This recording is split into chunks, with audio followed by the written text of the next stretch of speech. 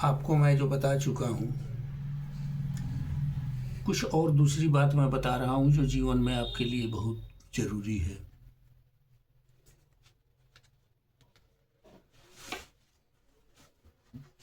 आजकल के जो संत के रूप में संत बैठे हुए हैं, वो धनागम के लिए, द्रव्यमोचन के लिए बहुत बेचैन है।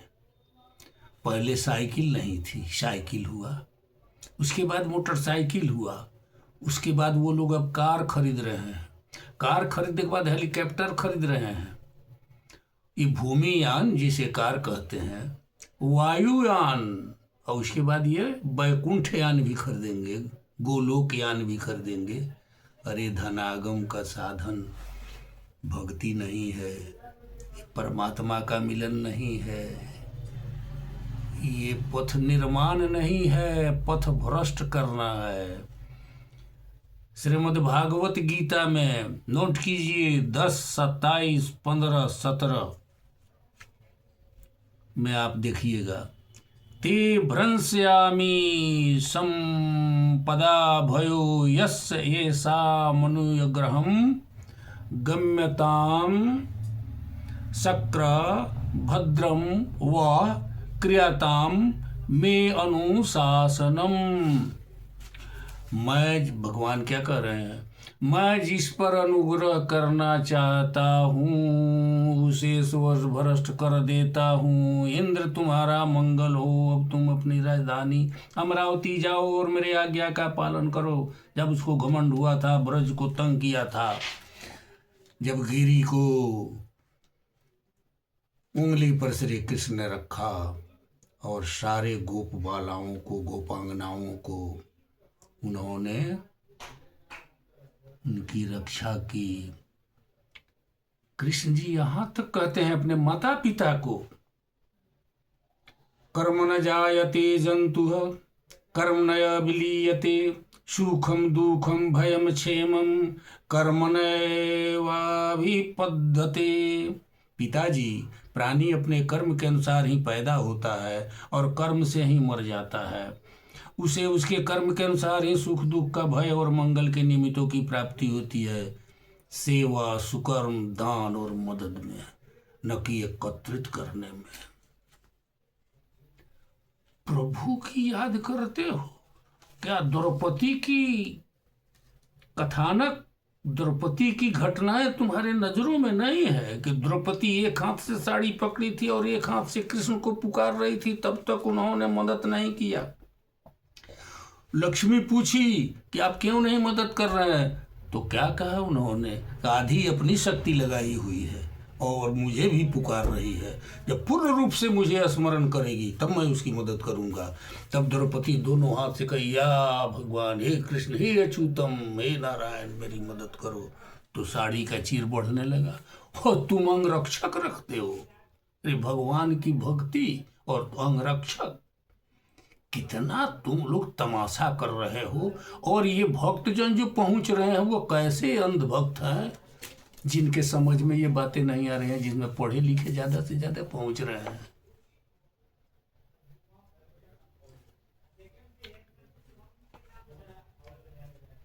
उसके बाद क्या कहते हैं भगवत गीता में, तस्मात् संपूज्यत कर्म संभावस्त स्वकर्म कृत अजसा येन वर्तेत तदेवास्य ही दैवतम। कहाँ तक कहूँ, कर्म ही गुरु है और कर्म ही ईश्वर।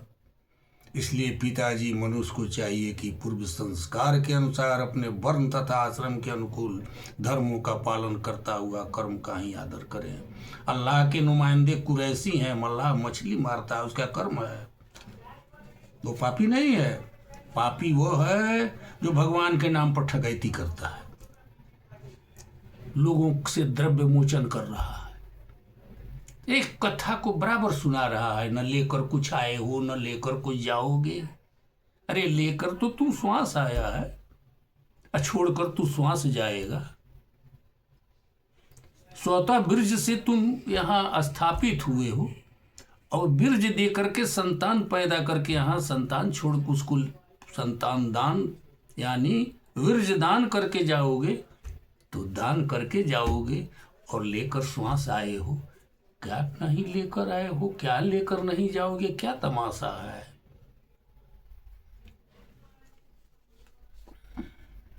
आगे भी बताए हैं कि अंध भक्तों के टोली में मत जाना, ये सब भाड़े पर रहने वाले भड़ाईता असंत संत संत कह करके अपने को बराबर उच्चारण में संत, आचार्य आचार्य।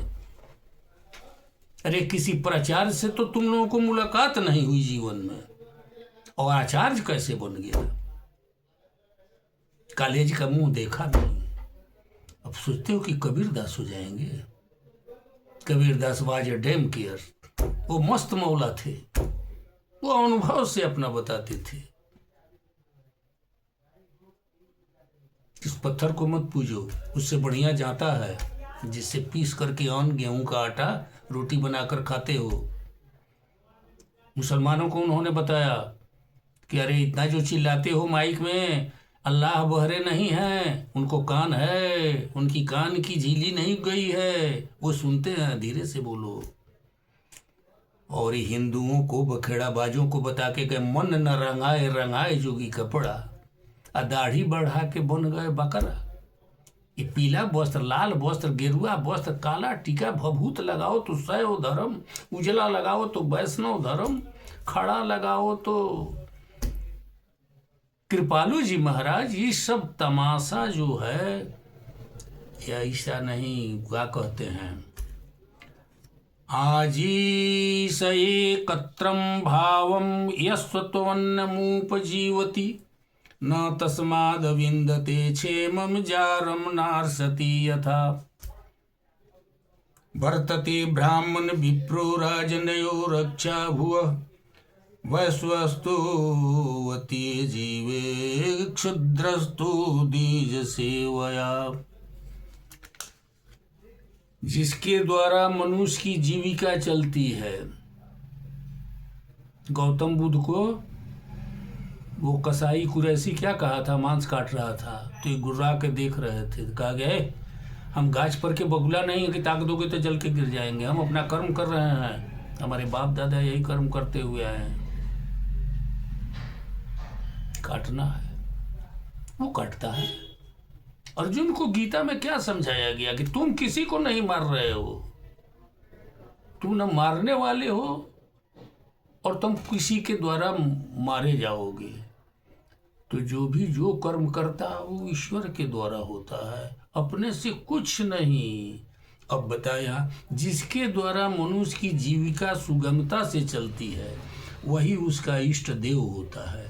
जैसे अपने विवाहित पति को छोड़कर जार पति का सेवन करने वाली व्यभिचारिणी स्त्री कभी शांति लाभ नहीं करती, वैसे ही जो मनुष्य अपनी आजीविका चलाने वाले एक देवता को छोड़कर के दूसरे की उपासना करता है, उससे उन्हें कभी सुख शांति नहीं मिलता। जय जय सिया राम, जय जय सिया राम, जय जय सिया राम। मैं अपने वाणी को विराम देता हूँ।